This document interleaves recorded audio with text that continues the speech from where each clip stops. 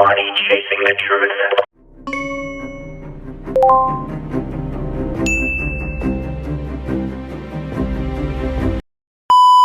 A lot of people are screaming that the NFL is fixed because of the ending of the game between the Cowboys and the Lions.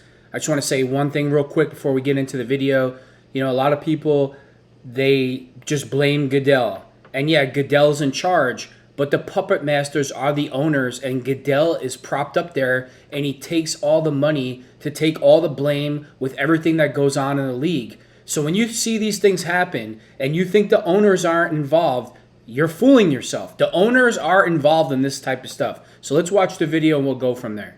That he's really good at what he does, and he helps when he joins us. But if he joins us, it means that something's gone haywire, and that certainly happened here Saturday in Dallas. We just heard Dan Campbell explain two guys can't report. Forgive me, I don't know the rule book backwards and forwards. Two guys are not cannot report as eligible in the same play, correct?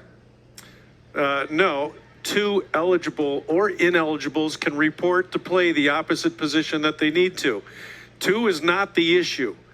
The issue here tonight is, did Brad Allen recognize visually or verbally with number 68? Oh, give me a break. I don't think he does. I think he sees 70 come off the line. You know what? These refs will say anything. It's like Dan Blandino. You really? So the guy walked over there and said, what did he say to the ref? Hey, Tony Soprano's in the parking lot. We got to hand him the money after the game. Are you serious? This is what's wrong with America, right? Everything from A to Z is corrupted because of money. Everything.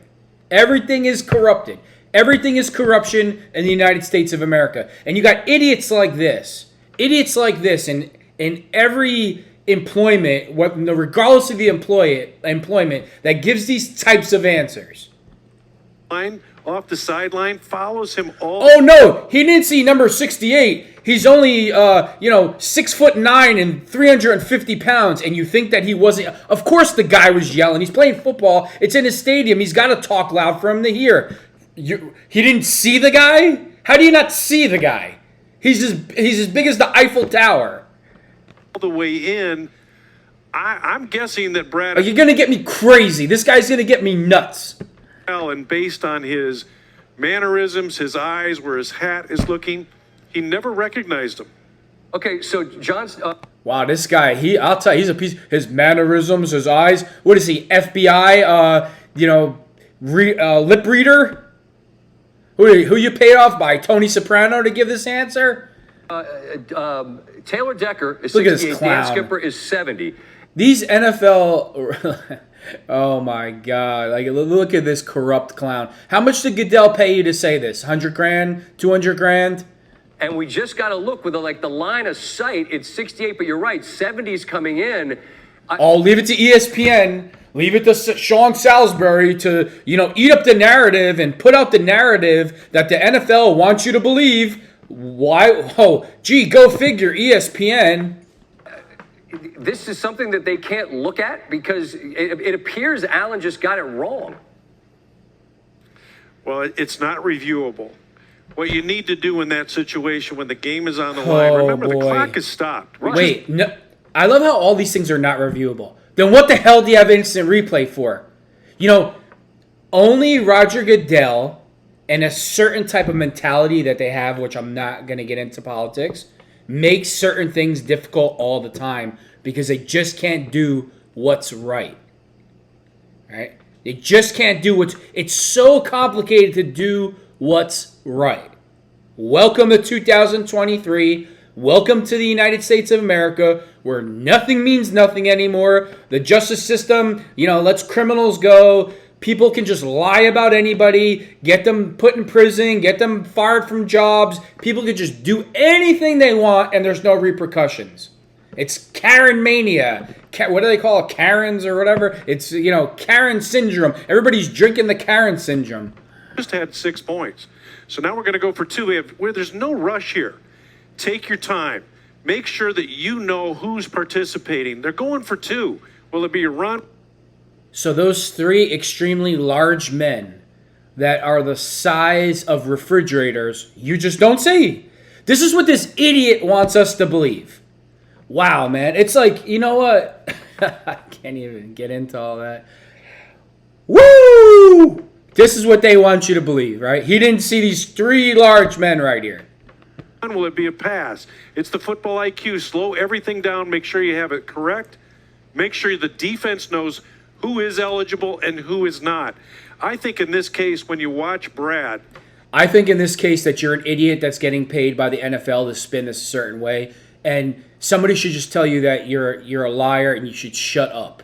But ESPN would never do that. You know why? Because ESPN spins certain narratives that the NFL wants you to spin. and his movements and him focusing on number 70, I don't think Decker, number 68, and Brad Allen ever connected. Oh, boy. Well, but whose responsibility is that? If That's on Decker, the player. if Decker's standing in front of Oh, Allen, no, you know what? Then this is what will happen in the next time in a big game, right? You're going to have one of these huge offensive tackles go over to the referee and get in his space and get in his face. And then they're going to throw a flag that the offensive lineman tried to intimidate the referee or it was unnecessary roughness. That's where that's going to head. Allen and saying I'm reporting as eligible, but he's looking around and it's on Decker to make. Salisbury, you don't get it. This guy's a hack. He's a propaganda specialist for the NFL and Roger Goodell. Of course, Salisbury can't catch on because he's a moron and he has no street intelligence whatsoever, because it's so easy to confront this guy about his lies if you actually were doing your job. Certain that has been communicated? Absolutely. It is on the player. It's a unique play. It's a gadget play. You want to make sure that the referee definitely knows what position you're playing. Okay. And so again, there's a lot going on. No, number 68 walked up to him again and said, "Hey, the Soprano crew's in the parking lot. Make sure I only want hundreds and not 50s and 20s. Get the suitcases ready because we got to get the money out to Tony in a few minutes." As you said, the clock is stopped at this point, so there's no need to be in any rush for anyone, is there? No. Look at him. He can't even of course, have a people are straight gonna focus face. on, hey, he kind of brushed his jersey. That's a normal. He's a typical government official, just a lying, corrupt, spineless, company man. That's what he is. Look. It is a normal look. But I think that we would want the player to get to him much stronger than he does. Oh, here we go. Brad is Look, not just looking grab. You at know what? number 6. Grab him next time. Grab him, right? Or really get in his face, and then they're gonna throw a flag for intimidation or unnecessary roughness, or what is that other stupid rule with quarterbacks? You can't throw your body on the quarterback after you tackle him. 68. Okay. He's looking at number 70. 68 also owns a little bit of this and recognizes, Oh, yeah. hey, Brad Allen's not looking at me. I need to make sure Brad knows. He looked right at him. You're not going to be doing jumping jacks and jump around and say I'm eligible. He looked right at him. Because then you draw attention to the fact that you know what I'm saying? I get it. Right. But it would, I don't know. I'm sure it's loud and it's fog of war and all that stuff. But I can certainly identify with the anger on the Detroit side in feeling that their guys had run what he had instructed them to run. It just appears to be an incredibly... I can't get into too much, but I deal with this type of nonsense every single day.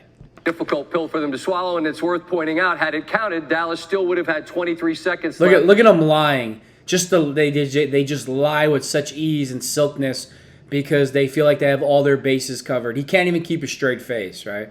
It's just typical. And I believe all of their timeouts. So that's where things would have been had it been adjudicated in the way that Detroit hoped it would. That's a fair way to leave it? Right. I think a fair way to leave it. John, thank you very much. Appreciate the... John, thanks for being corrupt. Thanks for being, a mouthpiece for the NFL. How much did you get paid to spin this narrative for Roger Goodell and the NFL? I'm just curious, John.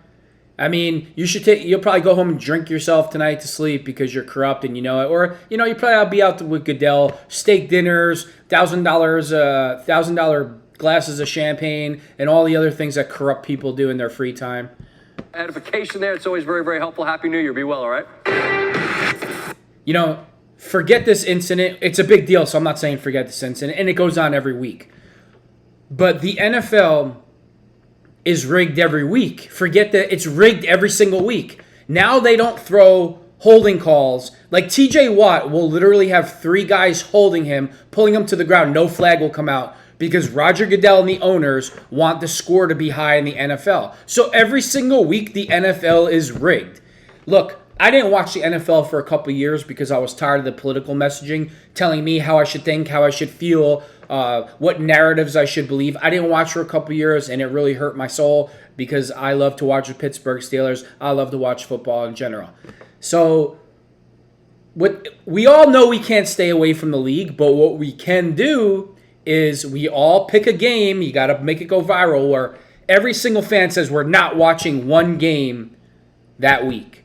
Like, if everybody said, F the NFL, F Roger Goodell, I'm tired of these stupid hitting rules. Like, you can't hit people anymore. It's ridiculous. It's ridiculous. It makes me, like, I don't even want to use the word hate. I can't stand Roger Goodell. I can't stand what the league has become. And we know we can't stay away from football, so let's all be honest with each other. So we all need to boycott one game, a Monday night game where everybody says, I'm not watching it. We're not going to it until things change.